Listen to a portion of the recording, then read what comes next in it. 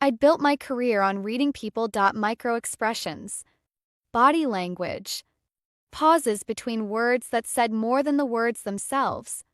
Through 7 years of training and 3 years of practice, I could walk into a room and know within minutes what someone was hiding. It was a gift. Also, sometimes a curse. Dr. Cross. My assistant Jenny appeared in my doorway. Your 4 o'clock is here. I glanced at my schedule, already knowing what I'd find. Nikolai Volkov. Court-ordered psychological evaluation. Alleged self-defense killing pending trial. Send him in. I'd reviewed his file 3 times. Russian immigrant. Businessman officially. The FBI had other opinions about his business, but nothing that stuck.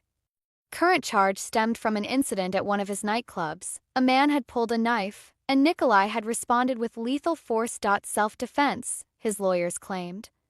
Murder, the prosecution countered. My job was to evaluate his mental state, his capacity for violence, his likelihood of reoffending. Simple enough.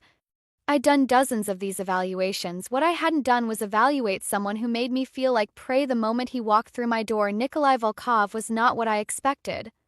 The file had described him as intimidating and uncooperative with authorities. What the file had failed to mention was that he was devastatingly beautiful in a way that felt almost predatory, tall, at least 6'2", with the kind of lean, muscular build that suggested regular training rather than casual gym visits. His hair was platinum blonde, almost white, cut short in a style that emphasized the sharp angles of his face. And his eyes, God, his eyes. Pale blue like ice over deep water, holding the kind of intelligence that made you feel dissected. Tattoos crept up his neck, disappearing beneath the collar of his expensive black shirt. His suit probably cost more than my monthly rent. And the way he moved, fluid, controlled like a predator conserving energy, sent every alarm in my body ringing. Dr. Cross. His voice was deep, accented faintly with something Eastern European. I've heard interesting things about you. Mr. Volkov. Please have a seat. He didn't sit. Instead, he wandered my office, examining the diplomas on the wall, the books on my shelves, the single photograph on my desk, me with my sister at her wedding last year. Columbia. Johns Hopkins. Impressive credentials. He picked up a book, The Psychopath Test by John Ronson, and smiled. Required reading for our session? General interest. Please sit down. You're nervous. He said it like an observation, not an accusation. Your voice is steady, but your right hand keeps moving toward your pen. Comfort object. Something to hold when you feel out of control. I forced my hand to still.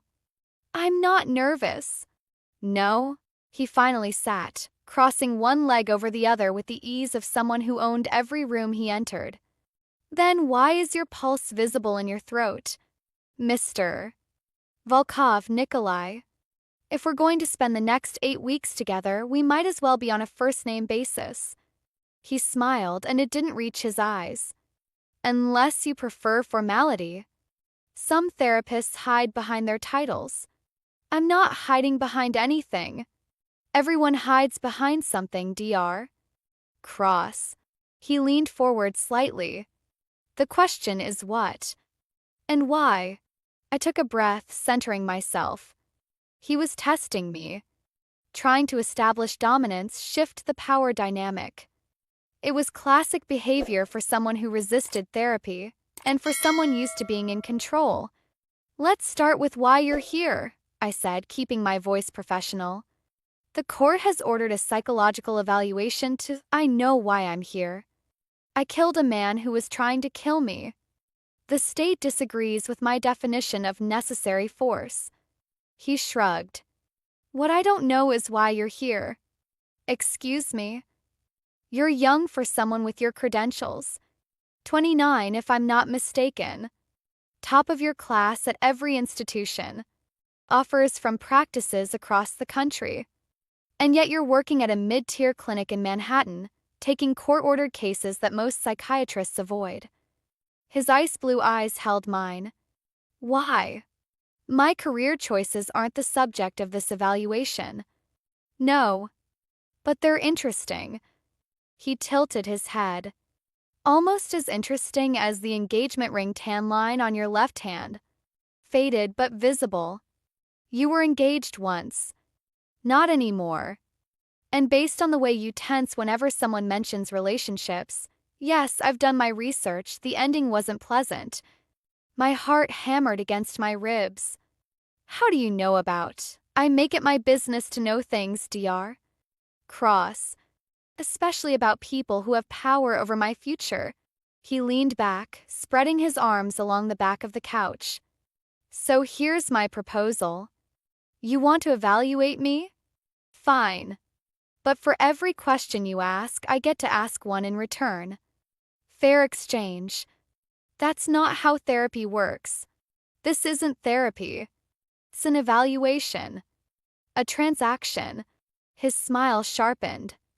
And I don't enter transactions without knowing exactly who I'm dealing with. The answer is no. Then we have a problem. Because I don't answer questions from strangers. He stood, buttoning his jacket. I'll see you next week, Dr. Cross. Perhaps by then you'll have reconsidered. He was at the door before I found my voice. You're deflecting. He paused, glancing back. Excuse me? Classic avoidance behavior. You're uncomfortable being analyzed, so you're trying to flip the script. To make me the subject instead of you. I stood, meeting his gaze. It's a good strategy. Probably works on most people. But I've been doing this too long to fall for it. Something flickered in his expression. Interest, maybe. Or reassessment. You're not afraid of me. Should I be? Most people are. I'm not most people. I gestured to the couch. Sit down, Mr. Volkov. We still have 45 minutes. He studied me for a long moment. Then, slowly, he returned to the couch. Nikolai, he corrected. Nikolai.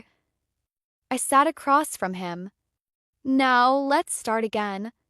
Tell me about the night in question. He talked for the next 40 minutes, not freely. Nothing about Nikolai Volkov was free, but enough to give me material. The incident at the nightclub. The man who'd approached him with a knife. The split-second decision to disarm, to defend, to kill. He gave me no choice, Nikolai said, his voice flat. It was him or me. I chose me. Do you feel remorse? For surviving? No. For taking a life. He was quiet for a moment. I feel nothing. He was a threat. I neutralized him. Emotion doesn't factor into survival. Most people would feel something. Guilt. Relief. Trauma. I'm not most people. He echoed my earlier words back at me. You said that yourself. I said I wasn't most people. That doesn't mean you're not, doesn't it? He stood as the session ended, smoothing his jacket. We're more alike than you want to admit, Dr. Cross. Both of us trained to read people. Both of us hiding behind professional masks. Both of us carrying scars we don't discuss. You don't know anything about my scars. Not yet. He paused at the door. But I will. 8 weeks is a long time, and I'm very good at finding things people try to hide. He left without waiting for a response. I sat in my empty office, heart pounding, trying to figure out what had just happened. I'd conducted hundreds of evaluations, interviewed murderers, rapists, psychopaths of every variety. None of them had rattled me like this. Nikolai Volkov hadn't threatened me, hadn't raised his voice, hadn't done anything overtly aggressive. He'd simply seen me, looked past the degrees and the professional armor and seen the woman underneath, and that terrified me more than any threat ever could. I went home that night and poured myself a glass of wine. I didn't drink. My apartment was quiet. Too quiet. I'd lived alone since Marcus left, since he'd stood in our kitchen 3 years ago and told me he'd fallen in love with someone else, that he couldn't marry me, That he was sorry, but not sorry enough to stay. I'd rebuilt my life since then. Focused on work. Built walls so high that no one could see over them, and in one session, Nikolai Volkov had looked at those walls and smiled like they were made of paper. My phone buzzed. A text from an unknown number. Thank you for an interesting session, Dr. Cross. I look forward to next week. I stared at the message, heart hammering. He had my personal number. Of course he did. He'd done his research. I should have been angry. Should have reported the breach of boundaries to my supervisor. Instead, I found myself typing back. How did you get this number? His response was immediate. I told you. I make it my business to know things. That's not an answer. It's the only one you're getting tonight. A pause. Then, sleep well, Dr. Cross. You look tired. I crossed to my window, suddenly paranoid. The street below was empty. No black cars. No figures in shadows, but I could feel him somehow. His attention. His interest, and I knew with absolute certainty that these 8 weeks were going to change everything. The second session was worse. I'd spent the entire week preparing. Reviewing his file. Researching his background. Building a strategy that would keep me in control, keep him on the defensive, keep the professional boundaries firmly in place. None of it mattered. Nikolai walked in at exactly 4 o'clock, carrying 2 cups of coffee. He set one on my desk without asking if I wanted it. Oat milk latte. Extra shot. No sugar. He settled onto the couch. Your usual order from the cafe downstairs. How do you know my coffee order? I pay attention. He sipped his own drink, black, no additions. You should try it sometime. Paying attention. It's remarkable what you learn. I pay attention for a living. To other people. Not to yourself. Crossed one leg over the other. Did you sleep well this week? My sleep habits aren't your concern. No. But your dark circles suggest you didn't. And the slight tremor in your hand when you picked up that coffee suggests you've been relying on caffeine to compensate. He tilted his head. Nightmares? Or just anxiety about our next session? I set down the coffee, refusing to let him see how accurate he was. Let's focus on you, Nikolai. That's why we're here. Is it? I thought we were here because a judge decided I need a psychological evaluation. He smiled. I've had 3 of these in my life. They all say the same thing: highly intelligent, potential antisocial tendencies, no clinical pathology. I could save you the trouble and just give you the report template. Every evaluation is different. Every evaluator is different. The evaluations themselves are remarkably consistent. He leaned forward. So let's make this one interesting. You asked me about the night of the incident last week. My turn. What happened with your fiancé? That's not fair. Neither is you asking about the worst moment of my life. But I answered. His eyes held mine. Now it's your turn. I should have refused. Should have maintained boundaries, redirected the conversation, done any of the things I'd been trained to do. Instead, I heard myself say, he left me. Left you how? A week before our wedding. I came home and found a note. He'd fallen in love with someone else. A colleague at the hospital where we both worked. The words came out flat, clinical. I'd told this story before, to my therapist, to my sister, to myself in the mirror. He moved to Seattle with her. They got married 6 months later. And you stayed. I stayed. Why? You had offers elsewhere. You could have started over somewhere no one knew what happened. Running doesn't solve anything. I refused to let him chase me out of my own life. That's the official reason. Nikolai's voice softened slightly. What's the real one? Question hit somewhere deep. Somewhere I didn't let people touch. I don't know what you mean. Yes, you do. You stayed because you wanted to prove something. To him. To yourself. To everyone who whispered about the woman who got left at the altar. He set down his coffee. You stayed because leaving would have felt like admitting he broke you. And you refused to be broken. My throat tightened. That's quite an analysis from someone who doesn't believe in therapy. I don't believe in therapy for myself. That doesn't mean I don't understand human nature. He was quiet for a moment. He was a fool, your Marcus. Any man who would walk away from you deserves whatever mediocre life he ended up with. You don't know anything about me. I know you're brilliant, dedicated, capable of reading people with terrifying accuracy. I know you hide behind your degrees because intimacy feels dangerous. And I know that somewhere underneath all that professional armor is a woman who's been waiting 3 years for someone to see her clearly. The words hung in the air between us. Too intimate, too accurate, too much. We should focus on your evaluation, I said, my voice barely steady. We should. But we won't. He stood, moving to the window of my office. I have a proposition. I'm not interested in propositions. You haven't heard it yet. He turned to face me. The court wants an evaluation. Fine. I'll cooperate. I'll answer your questions honestly, submit to whatever tests you require, play the obedient patient. But in exchange, you give me something. What? Honesty. Real honesty. Not the clinical detachment you hide behind, but the truth about who you are when you're not being Dr. Cross. His eyes held mine. One secret for every session. Something real. Something you've never told anyone else. Why would I agree to that?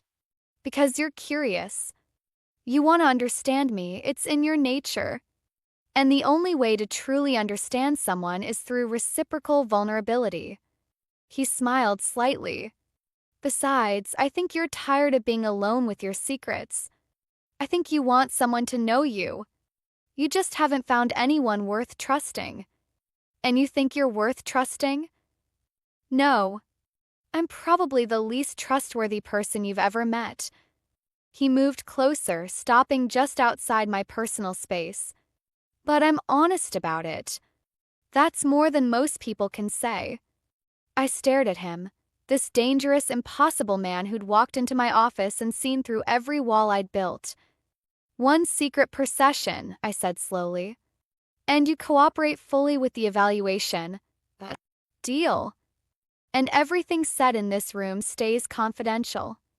On both sides. Of course. Then we have an arrangement. I extended my hand. He took it. His grip was warm, firm, lingering just a moment too long. I look forward to knowing you, Dr. Cross. Vivian. If we're sharing secrets, you might as well use my name. Something shifted in his expression, surprise, maybe, or satisfaction. Vivian, he repeated like he was tasting the word. It suits you better than doctor. Don't get used to it. Inside this room, I'm still Dr. Cross. Of course. But he was smiling now, a real smile, not the calculated one he'd been using. Until next week, then. He left, and I sat in my chair trying to figure out what I'd just agreed to. A secret for every session. 8 weeks. Pieces of myself, given to a man who made his living in shadows. It was reckless. Unprofessional. Potentially career-ending if anyone found out, and yet, for the first time in 3 years, I felt something other than numb. I felt alive. Marcus appeared in my life that Friday. I was leaving the office, exhausted from a day of back-to-back sessions, when I saw him standing in the lobby. 3 years older, slightly grayer, wearing the same apologetic expression he'd worn when he left. Vivian. Marcus. Kept walking.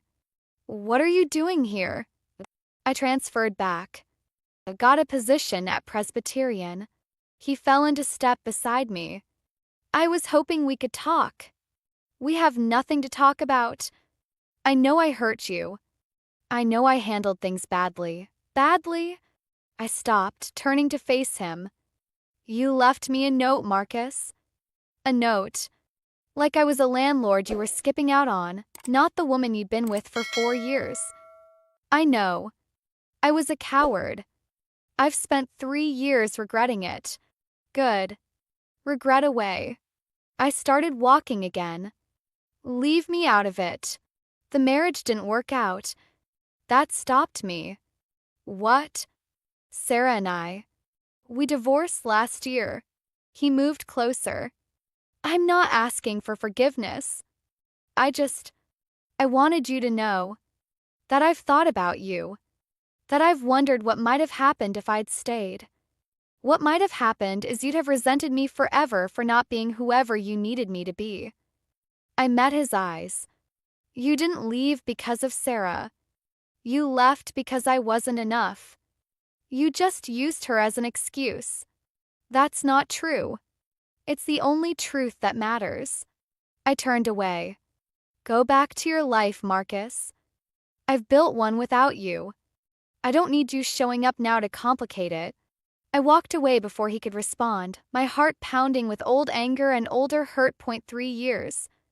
3 years of rebuilding, of convincing myself I was over it, of pretending the scar tissue was strong enough to protect me, and one conversation with my ex-fiancé had ripped it all open again. I was still shaking when I got home. My apartment felt emptier than usual. Quieter. The wine I poured didn't help, and the book I tried to read couldn't hold my attention. My phone buzzed. An unknown number, except I knew exactly who it was. You look upset. Bad day. I crossed to the window, scanning the street below. A black car sat at the corner, engine running. Are you watching me? I have people who watch things for me. Currently, they're watching to make sure your ex-fiancé doesn't do anything stupid. I stared at the message, something cold settling in my chest. How do you know about Marcus? I told you. I make it my business to know things. A pause. He came to your office today. Left looking disappointed. I assume you sent him away. That's none of your business. Everything about you is my business now. We have an arrangement, remember? I should have been angry. Should have felt violated, surveilled, controlled. Instead, I felt something unexpected. Safe. Why do you care what my ex-fiancé does? His response took longer this time. Because you're mine to figure out, Vivian. I don't share my puzzles with anyone. I read the message 3 times, heart hammering. I'm not a puzzle. You're the most interesting puzzle I've encountered in years. And I intend to solve you piece by piece. I set down the phone, unsettled in ways I couldn't name. Nikolai Volkov was dangerous. Manipulative. Possibly everything my evaluation was meant to uncover, but he was also the first person in 3 years who'd looked at me and wanted to see more, and that was the most dangerous thing of all. The 3rd session changed everything. I'd spent the weekend trying to regain my equilibrium, running in Central Park until my lungs burned, reviewing case files until the words blurred, doing everything I could to feel like Dr. Vivian Cross again instead of the unraveled woman Nikolai kept exposing. None of it worked. He arrived at 4 o'clock sharp as always, but something was different. His usual controlled demeanor had an edge to it, tension in his shoulders, a hardness around his eyes that hadn't been there before. Bad week? I asked as he sat down. Productive. Not the same thing. He studied me with those ice blue eyes. You look better than you did Friday. You mean when you were having me watched? When I was ensuring your safety? There's a difference. Is there? Because from where I'm sitting, it looks like surveillance. From where I'm sitting, it looks like a man who hurt you showed up uninvited at your workplace. Forgive me for wanting to make sure he didn't escalate. He leaned back. Did he contact you again? That's not your concern. You're avoiding the question. Which means yes. His jaw tightened. What did he want? To talk. To apologize. To explain why he destroyed my life 3 years ago. I heard the bitterness in my voice and forced myself to soften it. I told him I wasn't interested. And yet he's still trying. How do you know that? 'Cause men like Marcus don't accept rejection gracefully. They believe their feelings entitle them to access. Crossed one leg over the other. He's contacted you since Friday. Probably multiple times. Texts, calls, maybe showing up places he knows you'll be. I didn't answer. I didn't have to. I can make him stop. No. Vivian, I said no.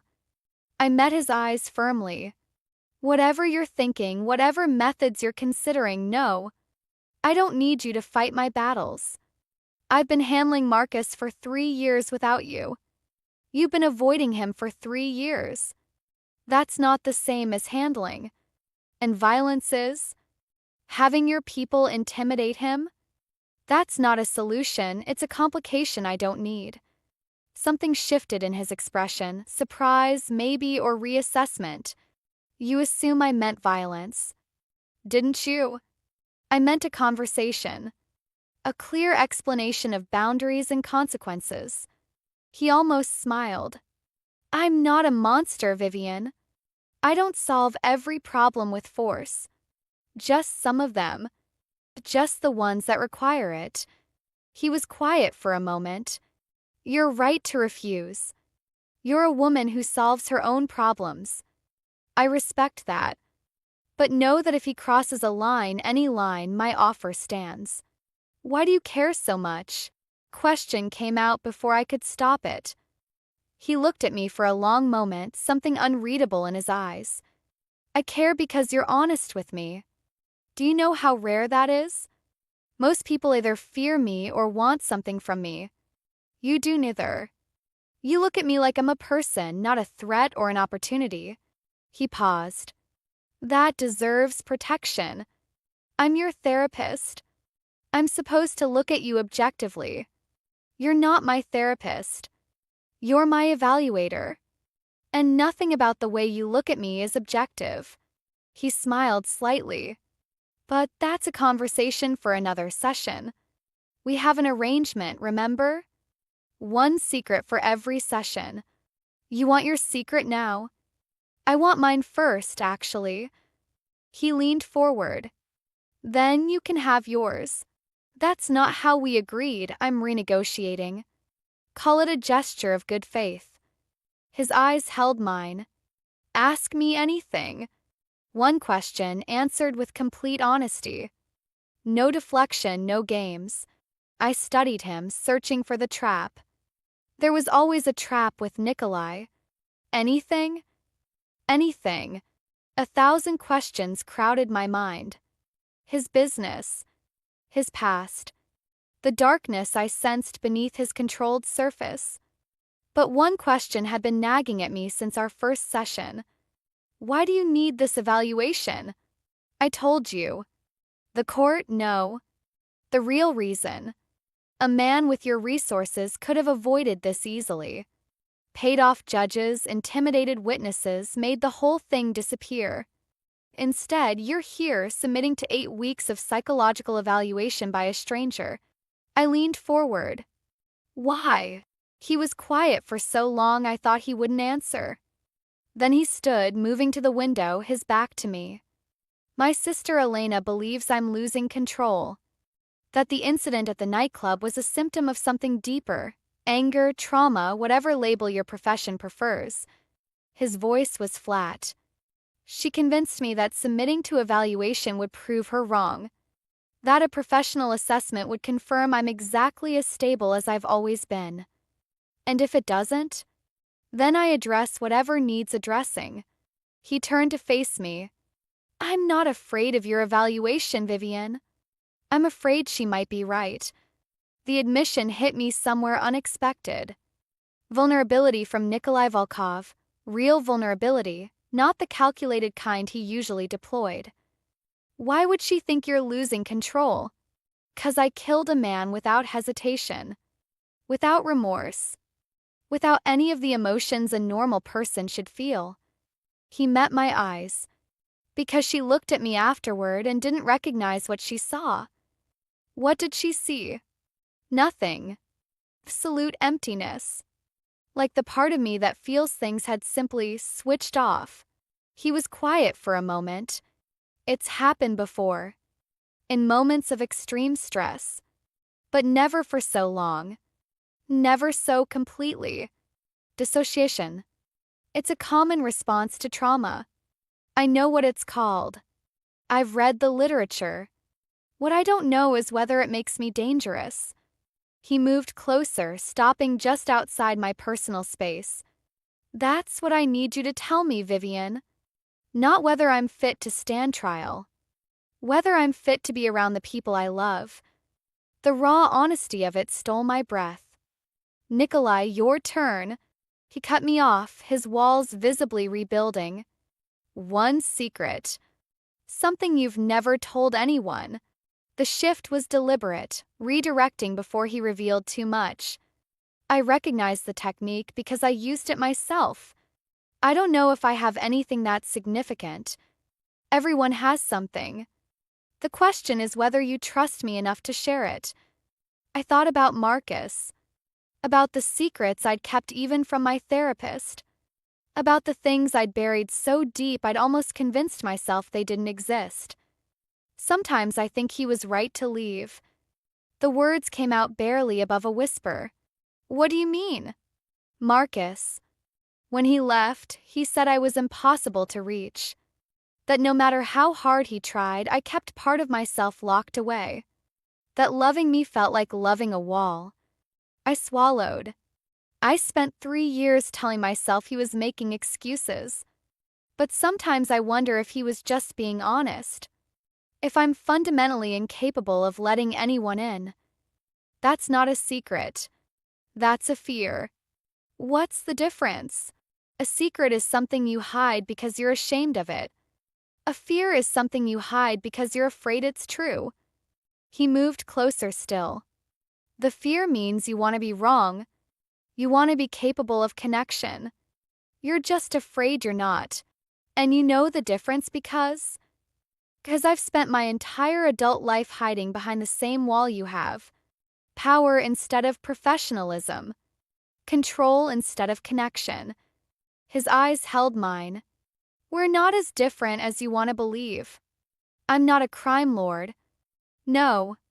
You're a woman who chose a career that lets her analyze everyone except herself. Who pushes people away before they can leave. Who's been alone so long she's forgotten what it feels like to want someone. He was close now, too close, close enough that I could smell his cologne, feel the heat of his body. Tell me I'm wrong. I couldn't. We should end the session here, I managed. We should. But he didn't move. Or we could acknowledge what's actually happening between us. Nothing is happening. Vivian. He said my name like a caress. You're a terrible liar. I should have stepped back. Should have maintained the boundaries I'd been trained to protect. Should have done anything except what I did next. I kissed him. The tea was brief. A moment of contact, barely more than a brush of lips.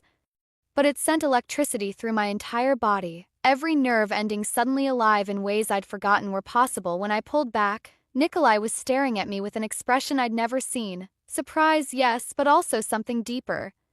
Something that looked almost like hope. That was unprofessional, I said, my voice shaking. That was honest. He touched my face, gently, almost reverently. And honesty is what we agreed to. I can't do this. The evaluation, my career, I know. He stepped back, creating distance that felt like loss. I'm not asking you to choose. Not yet. Then what are you asking? I'm asking you to stop pretending you don't feel this. Whatever it is. Whatever it means. His eyes held mine. We have 5 more sessions. 5 more secrets. Let's see where they lead before we decide what to do about it. And if they lead somewhere dangerous, then we'll be dangerous together. He smiled, real, unguarded, beautiful. I've always worked better with a partner. He left, and I stood in my empty office, heart pounding, trying to understand what I'd just done. I'd kissed a patient. A man I was supposed to be evaluating for violent tendencies. A man who ran a criminal empire and made people disappear, and all I could think about was doing it again. Marcus was waiting outside my building that night. He stood under a streetlight, hands in his pockets, the picture of casual persistence. When he saw me, his face lit up with a smile that used to make my heart race. Now it just made me tired. Vivian, I was hoping we could talk. I told you I'm not interested. I know. But I also know you, Viv. You need time to process things. To think them through. He stepped closer. I'm willing to wait. Wait for what? I'm not going to change my mind. You don't know that. 3 years is a long time. People change. Feelings change. He reached for my hand. I made a mistake. The biggest mistake of my life. I'm just asking for a chance to make it right. I pulled away. The time to make it right was 3 years ago. When you left. When you broke me. I know what I did.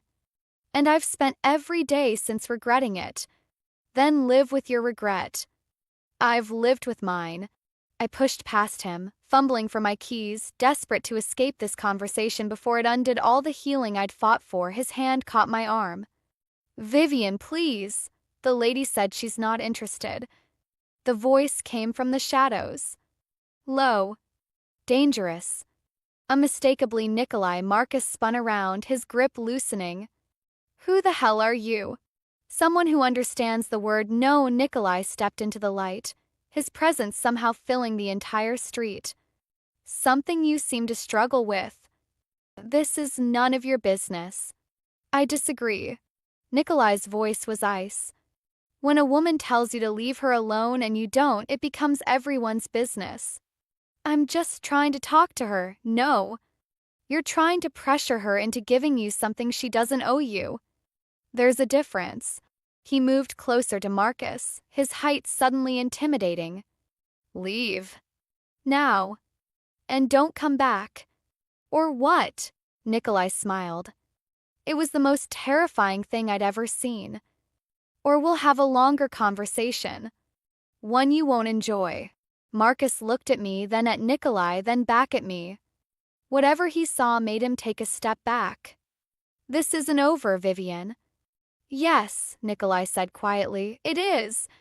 Marcus left, his footsteps fading into the night. When he was gone, I turned to Nikolai. You didn't have to do that. I know. I wanted to. He studied my face. Are you all right? I don't know. I laughed shakily. I keep telling myself I'm over him. That what he did doesn't matter anymore. And then he shows up and I feel like that same broken woman I was 3 years ago. You're not broken. You're guarded. There's a difference. Is there? Yes. He moved closer, his hand finding my face. Broken means you can't be fixed. Guarded means you're waiting for someone worth letting in. And you think that's you? A man I'm supposed to be evaluating? A man who probably has more secrets than anyone I've ever met. I think I'm the only person who's seen through your walls and wanted to stay anyway. His thumb traced my cheekbone. Isn't that worth something?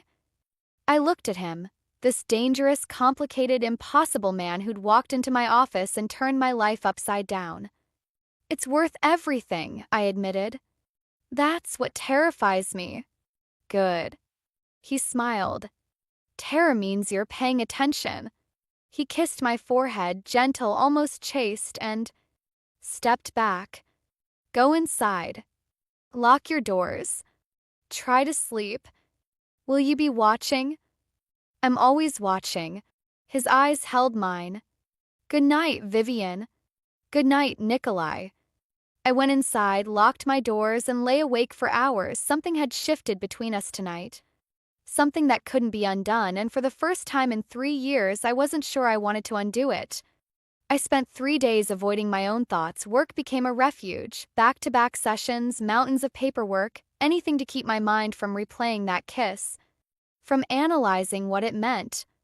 From confronting the fact that I'd crossed every professional line I'd sworn to uphold, that I'd kissed a patient, not just any patient, a man I was evaluating for violent tendencies. A man the FBI suspected of running a criminal empire. A man who made people disappear, and I wanted to do it again. Dr. Bennett called me into his office on Wednesday morning. Close the door, Vivian. He gestured to the chair across from his desk. We need to talk about the Volkov evaluation. My heart stopped. Has there been a complaint? No. Should there be? No. Of course not. I forced my voice to stay steady. Everything is proceeding normally. Good. Because the prosecutor's office has been asking questions. They want to know if we've reached any preliminary conclusions. It's been 3 sessions. That's not enough time, I know. I told them the same thing. He leaned back in his chair. But there's pressure on this case, Vivian. Volkov has powerful friends. The DA's office wants this handled quickly and cleanly. Handled how? They're hoping for a finding of antisocial personality disorder. Something that supports their narrative that the killing was premeditated, not self-defense. I can't make findings based on what the prosecution wants. I make findings based on evidence.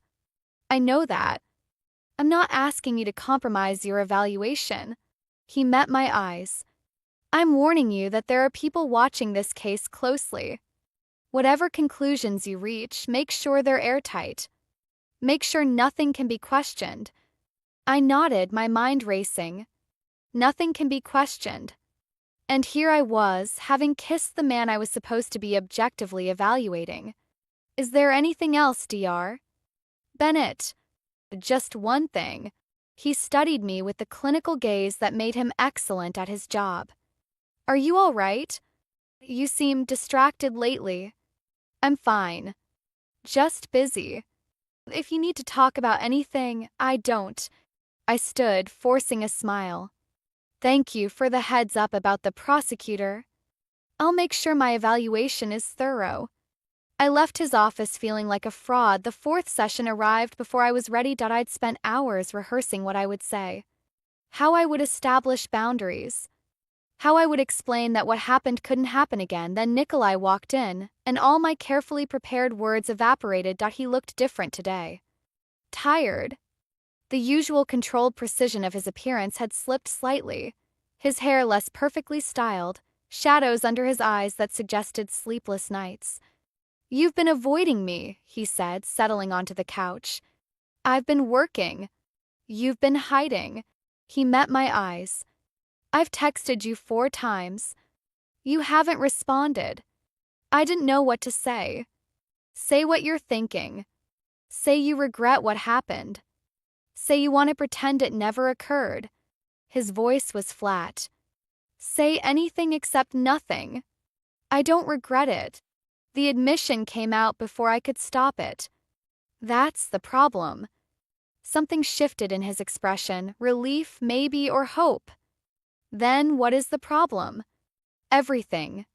You're my patient, I'm your evaluation subject. There's a difference. Not enough of one. I'm supposed to be objective. I'm supposed to assess your mental state without bias. And now? I stood, moving to the window, unable to face him. Now I can't stop thinking about you. About the way you look at me. About what it felt like when you touched my face.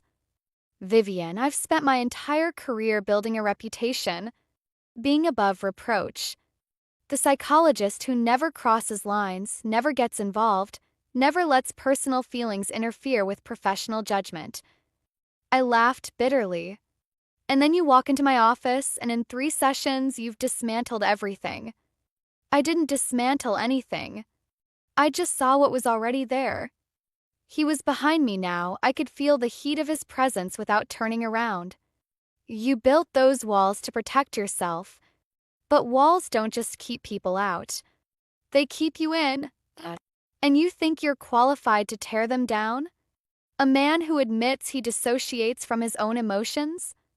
Who kills without remorse? I think I'm the only person who's bothered to try. His hand found my shoulder, gentle, barely there. Everyone else accepts the version of you that you present. Competent professional. The woman who has everything together. I see the loneliness underneath. The hunger for connection you won't admit to. The fear that if you let anyone close, they'll leave like Marcus did. Don't. I pulled away, turning to face him. Don't analyze me. That's my job. Then do your job. His eyes held mine. Ask me whatever you want. Dig into my psyche. Try to figure out what makes me dangerous. But don't pretend that what's happening between us is one-sided. I'm not pretending anything. You're pretending you have a choice. Like you can will yourself to stop feeling this. He stepped closer. You can't. Neither can I. Whatever this is, it's already happened. The only question is what we do about it. What we do is maintain professional boundaries until the evaluation is complete. Then we what? Go our separate ways? Pretend we never met. He laughed, a harsh, broken sound. I've spent 35 years not feeling anything for anyone. 35 years of walls and control and keeping everyone at arm's length. And then you walked in with your questions and your insights and your stubborn refusal to be intimidated, and suddenly I'm feeling things I don't have names for. Nikolai, I'm not asking you to abandon your ethics. I'm asking you to acknowledge reality. What exists between us exists whether you write it in your report or not. His voice softened. I'll submit to your evaluation. I'll answer every question honestly. I'll play whatever role the court requires. But when those 8 weeks are over, I'm coming for you. And I won't be taking no for an answer. That sounds like a threat. It's a promise. He touched my face, brief, electric. Now, we have an arrangement. One secret per session. Shall we continue? I stared at him, my heart hammering against my ribs. Yes, I heard myself say. We continue. His secret that session was about Sophia, not the dissociation or the violence or any of the clinical concerns. This was personal. I was engaged once, he said, staring at the wall behind my head. 10 years ago. Her name was Katya. She was beautiful. Kind. Everything my life wasn't. What happened? She was killed. By people who wanted to hurt me. His voice was flat, reciting facts without emotion. They took her from our apartment in the middle of the night. I didn't find out until they sent me pieces of her. My stomach turned. Nikolai, I hunted them down. Every single person involved. It took 2 years, but I found them all. He met my eyes. That's who I am, Vivian. That's what I'm capable of when someone I love is threatened. The man in that nightclub? He was nothing. A reflex. The things I did for Katya, those were deliberate, methodical. I felt every moment of it, and I didn't regret a single second.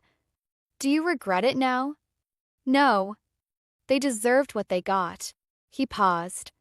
But I regret what it made me. Person I became afterward. Cold. Controlled. Incapable of letting anyone close because I knew what losing them would cost. Until now. Until you. He smiled slightly. You're the first person since Katya who's made me want to risk it. Risk what? Caring. Feeling. Letting myself want something I might lose. He leaned forward. Your turn. One secret. Something real. I thought about the stories I'd told myself. The narratives I'd constructed to explain my choices. I don't know who I am without my walls. What do you mean? I've been Dr. Cross for so long, the competent one, the professional one, the one who has everything together. I don't remember who I was before that. Before the training and the degrees and the armor. I swallowed. Sometimes I'm afraid that if I let it all go, there won't be anything underneath. Just emptiness. That's not true. How do you know? 'Cause emptiness doesn't feel things. Doesn't want things. Doesn't kiss dangerous men in therapy sessions and then spend 3 days thinking about it. He stood, moving closer. There's a woman underneath your armor, Vivian. I've seen glimpses of her. And she's magnificent. You don't know that. I do. He stopped in front of me. And I'm going to spend however long it takes proving it to you. Even if I push you away. Especially then. He smiled. I'm very good at persistence. Elena Volkov appeared in my office the next day. She was nothing like her brother, small, elegant, with warm brown eyes that held none of Nikolai's ice. She sat in the chair across from my desk and studied me with undisguised curiosity. "You're Dr. Cross, the one evaluating my brother." "I am. Though I should mention that I can't discuss, I know, patient confidentiality. I'm not here to ask about his evaluation." She crossed her legs. "I'm here to ask about your intentions." "My intentions?" "Nikolai tells me things. Not everything, but enough." She met my eyes. "He's different since he started these sessions. Lighter somehow. Less controlled. I haven't seen him like this since Katya." "I'm not sure what you're implying." "I'm not implying anything. I'm observing." She leaned forward. "My brother has spent 10 years building walls so high that no one could reach him. Whatever is happening in these sessions, whatever you're doing, it's bringing him back. And I need to know if that's intentional. I'm conducting a court-ordered evaluation. That's not what I asked." Her voice sharpened. "I asked if you're doing this on purpose. If you're using your position to manipulate him. Because if you are, if you're playing with his emotions for some other agenda, I will destroy your career so thoroughly that you won't be able to get a job diagnosing houseplants." "I'm not manipulating anyone." "Then what are you doing?" "I don't know." The honesty surprised me. I came into this thinking it would be straightforward. Evaluate, diagnose, report. Instead, I found someone who sees through every defense I have. Someone who challenges me in ways I didn't expect. And now I'm trying to figure out how to do my job without losing myself in the process." Elena studied me for a long moment. Then, unexpectedly, she smiled. "He said you were honest." "I didn't believe him." "You do now?" "I believe you're confused. Overwhelmed. In over your head." She stood. "Those aren't bad things. They mean you're human. It's when people stop feeling confused that they become dangerous." "Is that what happened to Nikolai?" "He stopped feeling confused. Nikolai stopped feeling everything. Until you." She paused at the door. "Take care of him, Dr. Cross. He's more fragile than he looks." "Fragile isn't a word I'd use to describe your brother." "No. You'd use words like dangerous, controlled, intimidating. Those are the words he wants you to use." She met my eyes. "But underneath all that armor is a man who lost everything once and has been terrified of caring about anything since. If you break him, if you let him care about you and then walk away, it will finish what losing Katya started." She left before I could respond. I sat in my empty office, her words echoing in my head, fragile, terrified. A man who'd lost everything once and couldn't survive losing it again. Nikolai Volkov, the man everyone feared, was just as scared as I was, and somehow that made everything more complicated. He called that night. "Elena visited you." It wasn't a question. "She did." "She had no right, she had every right. She's your sister. She's worried about you. She's overprotective. There's a difference." He was quiet for a moment. "What did she tell you?" "That you're more fragile than you appear. That I shouldn't break you." "And what did you tell her?" "That I'm trying not to break myself." I shifted the phone to my other ear. "Nikolai, I don't know what I'm doing. Every instinct I have says this is wrong. That I should transfer your case, recuse myself, walk away before we both get hurt. But I can't stop thinking about you. About what you've told me. About what you see when you look at me." I took a breath. "No one's ever seen me the way you do. It's terrifying. And addictive. Then don't walk away. It's not that simple. It's exactly that simple. You're overcomplicating it because you're scared." His voice softened. "I'm scared too. But I'd rather be scared with you than safe alone. Nikolai, for more sessions. For more secrets. Then the evaluation is over and we can figure out what this is without professional constraints. He paused. Can you give me that? For more weeks of honesty before you decide anything? I thought about my career, my reputation, everything I'd built. Then I thought about the emptiness of my apartment, the loneliness I'd accepted as normal, the walls I'd constructed so carefully that I'd forgotten there was anything on the other side. For more weeks, I agreed. Thank you. Don't thank me yet. I might still walk away. You won't. I could hear the smile in his voice. You're too stubborn to give up on something this interesting. You think this is interesting? I think you're the most interesting person I've ever met. He was quiet for a moment. Good night, Vivian. Dream of me.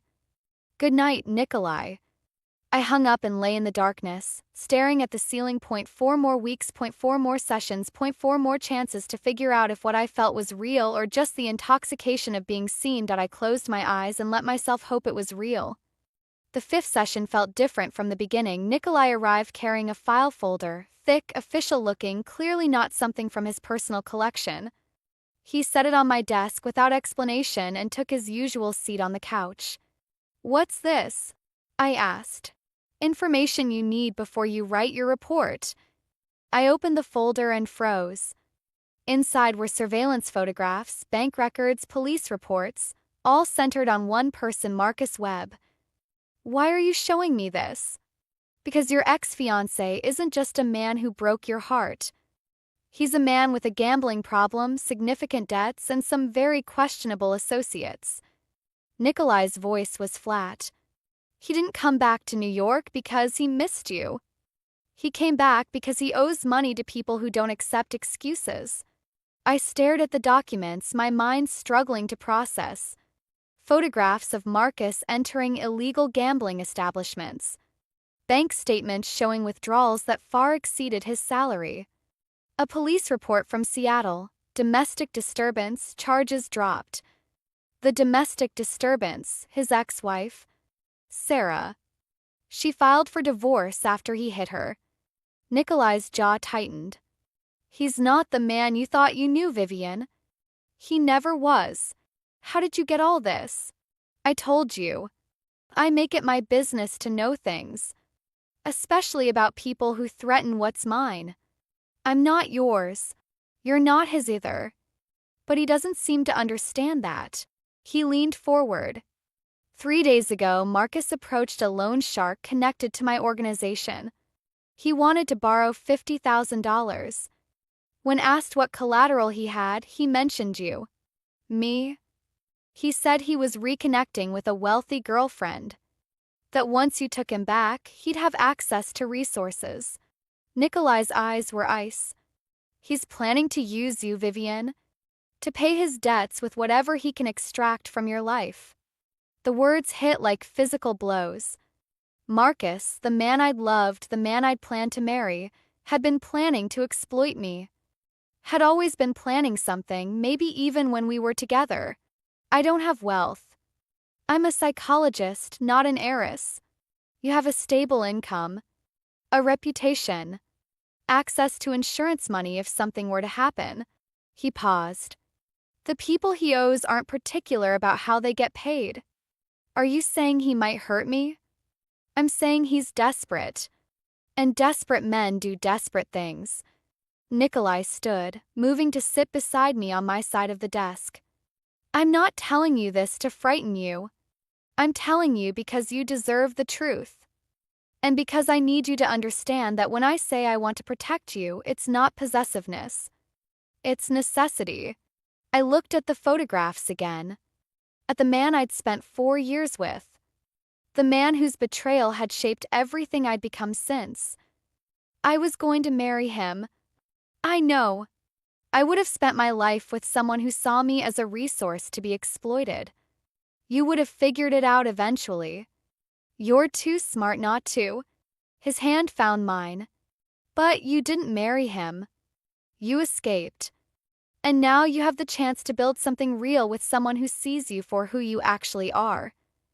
Someone like you. I'm not perfect. I'm not even good by most definitions. But I would never use you, never exploit you, and never treat you as anything less than the extraordinary person you are. His eyes held mine. I'm offering you honesty, Vivian.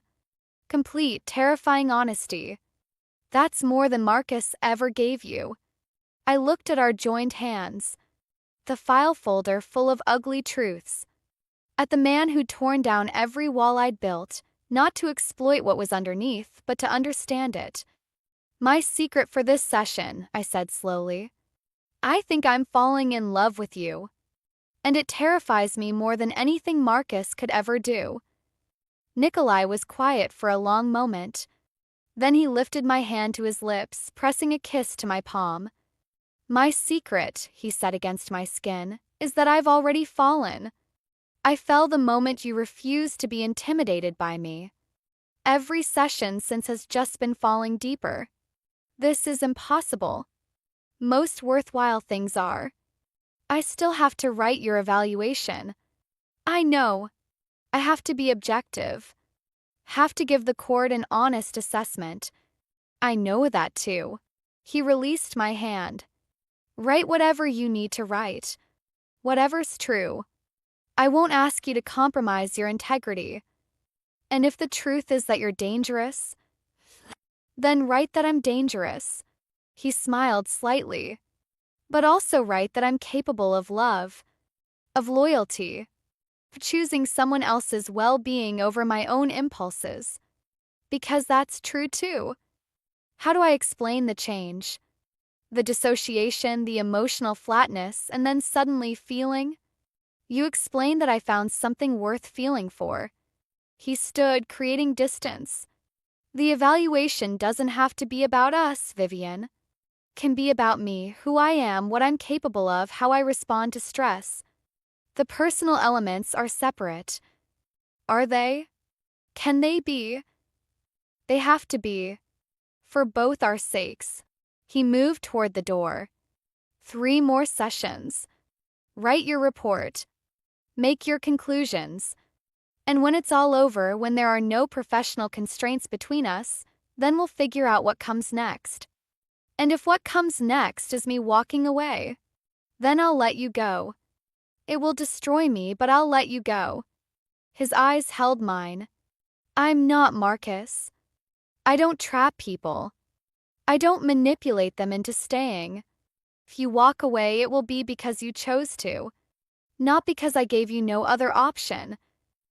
He left, and I sat alone with a folder full of ugly truths and a heart full of something that felt dangerously like hope. Marcus made his move 2 days later that I was leaving the office late. Too late, well past dark, when he appeared from a side alley. His appearance had deteriorated since I'd last seen him. Unshaven. Rumpled. Eyes carrying the wild look of someone running out of options.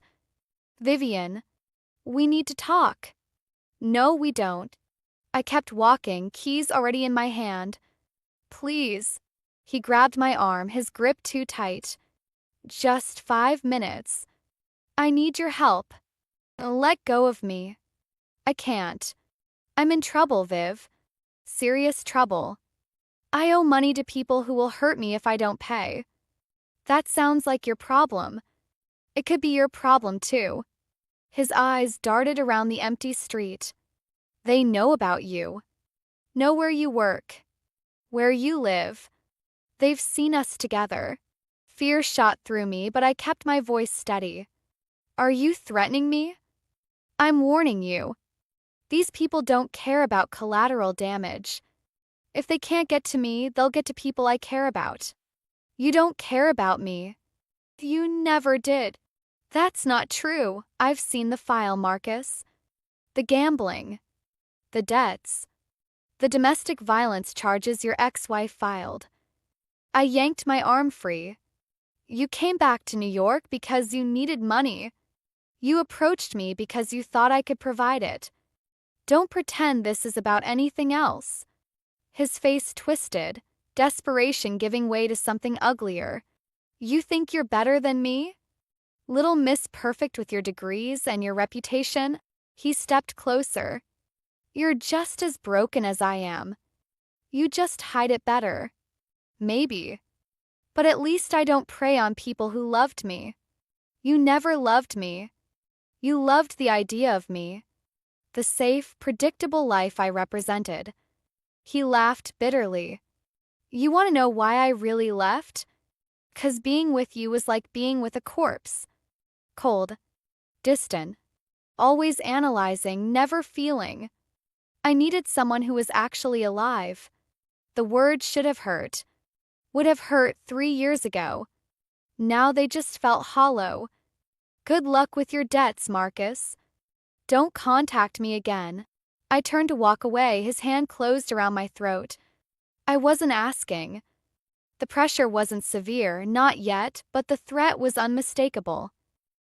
His eyes had gone flat, desperate, the eyes of a man with nothing left to lose. You're going to help me, he said. One way or another. Whether you... He never finished the sentence. One moment he was there, his hand on my throat. The next, he was on the ground, Nikolai standing over him with an expression of pure, controlled rage. I warned you, Nikolai said quietly. I told you what would happen if you touched her. This isn't your business. Nikolai's foot connected with Marcus's ribs. Not hard enough to break anything, but hard enough to make the point clear. Everything about her is my business. He crouched down, grabbing Marcus by the collar. You have 24 hours to leave this city. If I see you again, if I hear that you've contacted her in any way, I will end you. Not quickly. Not cleanly. You'll have time to regret every decision that led you to this moment. You can't, I can. I have. And I will. Nikolai stood, straightening his jacket. 24 hours. Starting now. He took my hand and led me away from Marcus's crumpled form. I should have protested. Should have insisted on calling the police, handling this through proper channels. Instead, I let him guide me to a waiting car, let him wrap his jacket around my shoulders, let him hold me while I shook. I'm sorry, he murmured against my hair. I should have dealt with him sooner. You warned him. He chose not to listen. That doesn't excuse what just happened. You shouldn't have been put in that position. I'm a grown woman. I can handle. No one should have to handle being assaulted by someone they trusted. He tilted my face up to his. You're safe now. He won't bother you again. How can you be sure? Because the people he owes money to work for me. By tomorrow morning, they'll understand that pursuing his debts is no longer acceptable. And Marcus will understand that staying in this city will cost him considerably more than $50,000. You're protecting me by manipulating your criminal network. I'm protecting you by using every resource at my disposal. Call it what you want. His eyes searched mine. Are you angry? I thought about it. Thought about the professional response. Condemn the violence, insist on legal channels, maintain distance from his methods. Then I thought about Marcus's hand on my throat. About the fear I'd felt. About how quickly Nikolai had appeared, how absolutely he'd handled the threat. No, I admitted. I'm grateful. That concerns you. It should concern both of us. I touched his face. I'm a psychologist. I'm supposed to advocate for nonviolent conflict resolution, for due process, for all the civilized ways of handling problems. And instead, I'm relieved that you hurt the man who hurt me. I'm glad he's afraid. I don't feel guilty about any of it. I met his eyes. What does that say about me? Says you're human. That when someone threatens you, you want them to face consequences. That's not pathology, it's survival. He kissed my forehead. Stop analyzing yourself. Just let me take you home. Your home or mine, whichever one feels safer. I thought about my empty apartment, the loneliness, the echoes of Marcus's cruelty. Yours. He smiled, soft, genuine, nothing like the cold expression he'd worn while threatening my ex. Then that's where we'll go. His home was not what I expected. The compound in Brooklyn was industrial on the outside, a converted factory, all brick and steel and high windows. But inside it was warm, lived in. Books everywhere, art on the walls, the kind of comfortable clutter that suggested someone actually occupied the space. Not what you imagined? Nikolai asked, watching me take it in. I expected something colder, more criminal lair. I saved the criminal lair aesthetic for business meetings. He guided me to a leather sofa by a massive fireplace. This is home. The only place I actually relax. You brought me here. I bring very few people here. He sat beside me. You're the first woman since Katya. Nikolai, I'm not telling you that to pressure you. I'm telling you because I want you to understand what this means to me. He took my hand. My life is compartmentalized. Business here, family there, personal connections nowhere. You're the first person who's crossed all those boundaries, who exists in every part of my world. I'm not sure I belong in your world. You belong wherever you choose to be. But I'm hoping you'll choose here.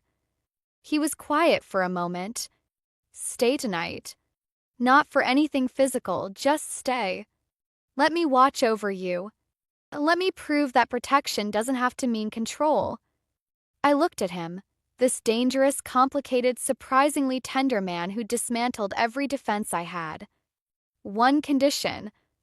Name it. Tell me something true. Not a secret for the evaluation. Something real. Something that's just for us. He was quiet for a long moment. Then he leaned forward, his eyes holding mine. I've killed 17 people in my life. Some deserved it. Some were just in the way. I don't regret any of them, not because I'm a monster, but because each death protected someone I cared about. He paused.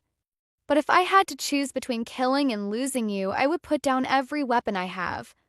I would walk away from everything I've built. Because you're the first thing in 10 years that's made me want to be something other than what I am. That's terrifying. I know. And beautiful. I hoped you'd think so. Kissed my hand. Now sleep. Tomorrow we'll figure out what comes next. I curled up on his sofa, his jacket still around my shoulders, and let exhaustion pull me under. For the first time in 3 years, I didn't dream of Marcus. I dreamed of ice blue eyes and a voice that promised safety, and it was enough. I woke to the smell of coffee and the sound of rain against windows. For a moment, I didn't know where I was.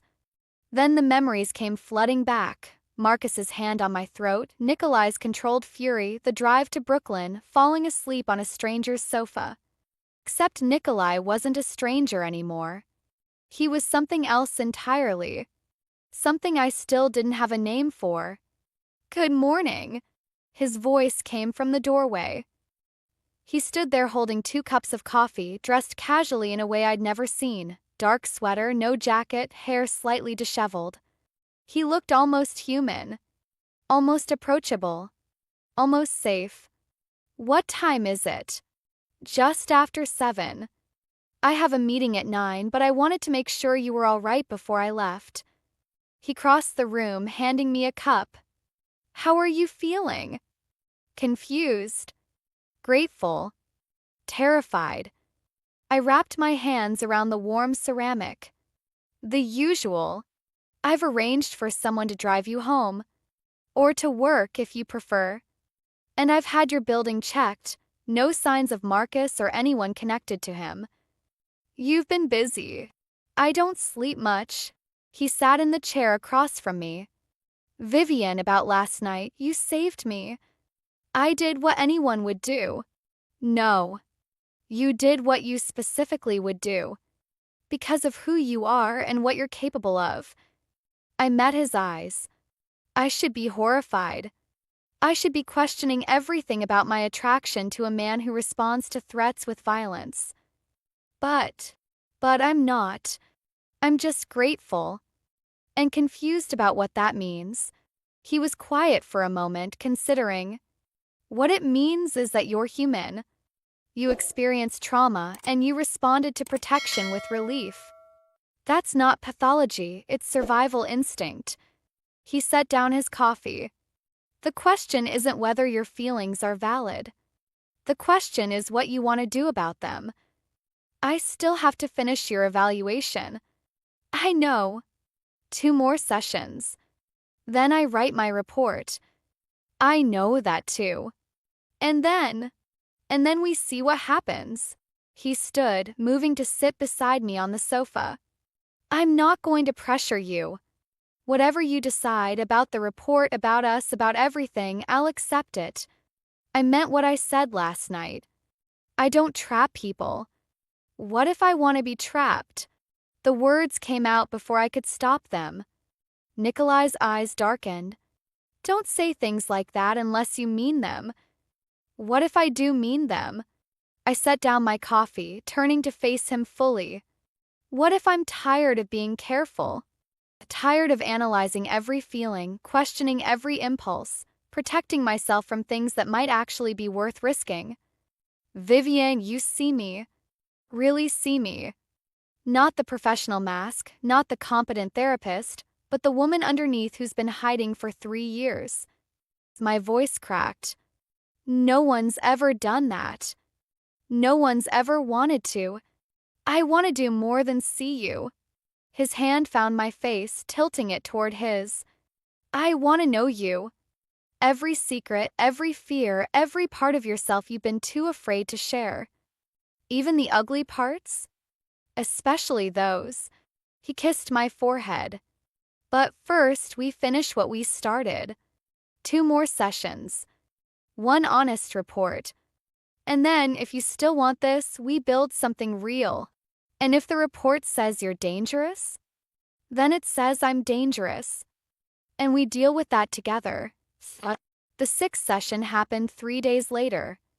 We were both different. The professional distance I'd maintained had crumbled, replaced by something more honest, more vulnerable. But we kept to the format, kept to the structure because we both needed to finish what we'd started. Tell me about your childhood, I said. Standard question. Safe territory. Which version? The official one or the truth?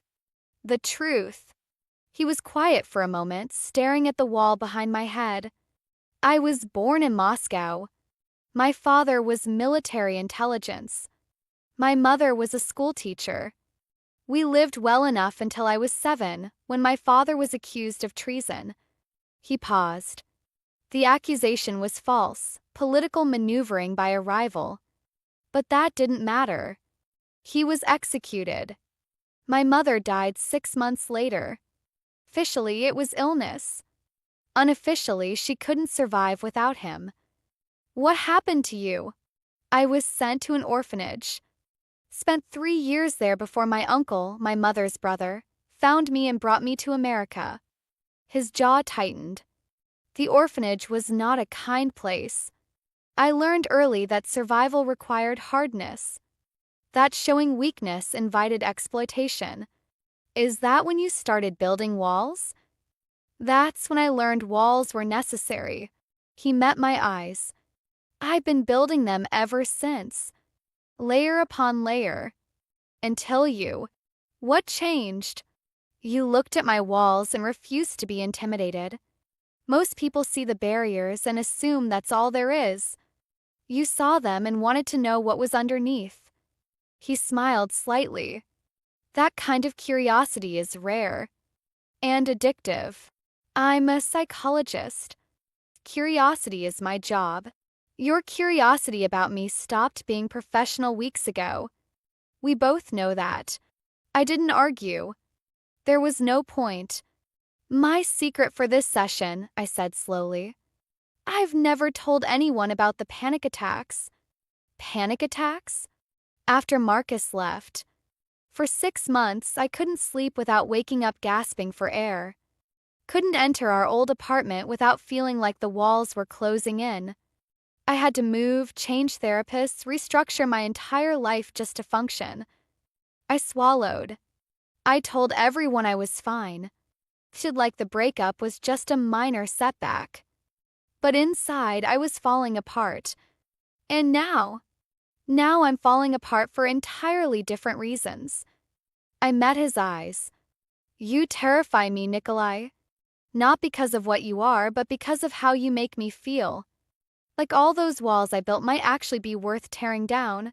That's not falling apart. That's coming back together. Is there a difference? Yes. He moved closer, his hand finding mine.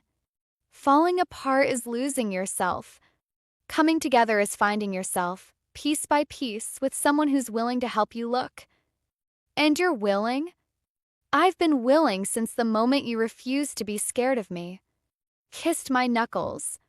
Let me help you find yourself, Vivian. Let me be the person who sees all your pieces and wants them anyway. The 7th session was the last.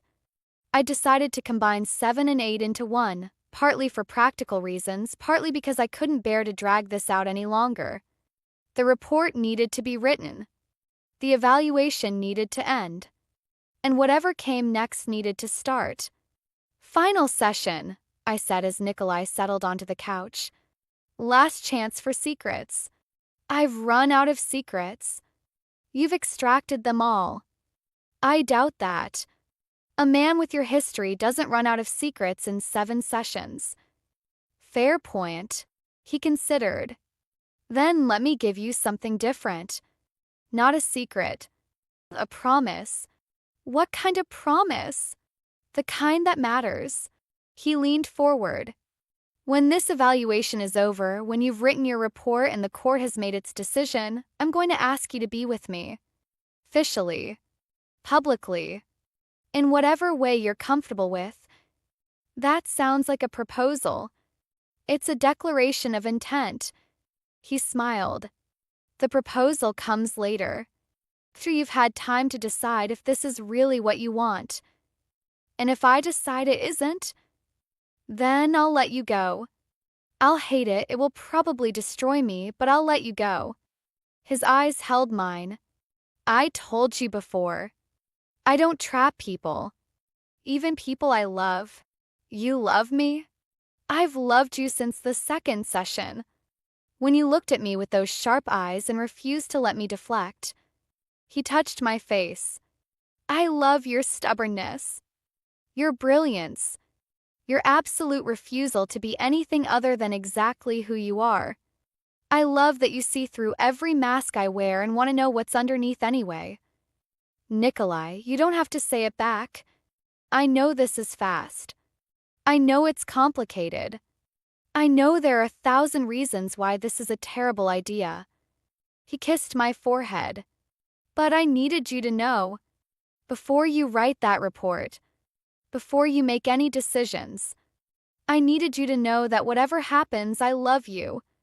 I sat in silence, his words washing over me. 17 years of education. 3 years of hiding. Weeks of fighting against feelings that refused to be contained. And here I was, in love with a man who'd seen through every wall I'd built and wanted to stay anyway. My last secret, I said quietly. I love you too. His smile was like sunrise. Then let's see what happens next. I wrote the report over the following week. It was the hardest thing I'd ever written, not because I didn't know what to say, but because I had to separate what I felt from what I'd observed. Had to be Dr. Cross, the objective evaluator, not Vivian, the woman who'd fallen in love with her subject. The final document was 12 pages long. Subject displays high intelligence, controlled emotional effect, and clear capacity for violence when threatened.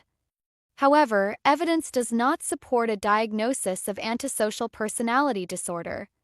Subject demonstrates genuine emotional connections, particularly with family members, and shows remorse and self-reflection when discussing past actions. The incident in question appears consistent with subject's account of self-defense. Subject's response was proportional to the perceived threat and does not indicate a pattern of premeditated violence. Recommendation: subject does not pose unusual risk to the community. Psychiatric treatment is not recommended. Court should consider evidence on its own merits. I submitted the report on a Friday afternoon.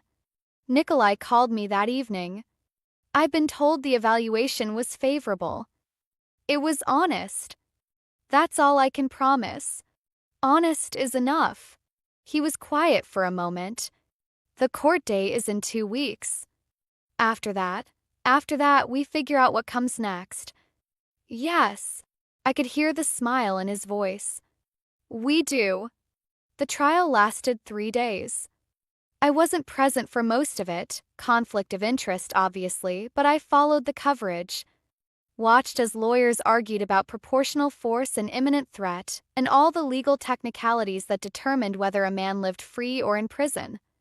The verdict came on a Thursday. Not guilty. Self-defense. Nikolai walked out of the courthouse a free man. He came to my apartment that night. I opened the door to find him standing in the hallway, still wearing his court suit, looking more vulnerable than I'd ever seen him. It's over, he said. The trial is over. All of it. The evaluation. The legal constraints. Every excuse we had for keeping distance. He stepped closer.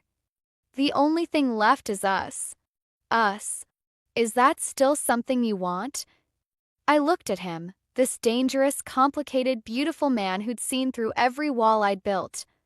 Who'd protected me when I needed protection. Who'd offered honesty when everyone else offered masks. It's the only thing I want. He kissed me then, not gentle, not careful, but hungry. Kiss of a man who'd been waiting for weeks, months, maybe his entire life for someone who would choose him anyway. I pulled him inside, closed the door, and let myself fall. 1 year later. The wedding was small, just family and close friends gathered in the garden of his Brooklyn compound. Elena served as his witness. My sister, flown in from California, served as mine. I wore white. He wore black. We promised each other forever in front of people who'd watched us stumble toward this moment through secrets and sessions and walls that had finally come down. Dr. Vivian Cross, he said during his vows, you walked into my life expecting to evaluate a monster. Instead, you found a man. A broken, complicated man who'd spent decades building walls so high that no one could reach him.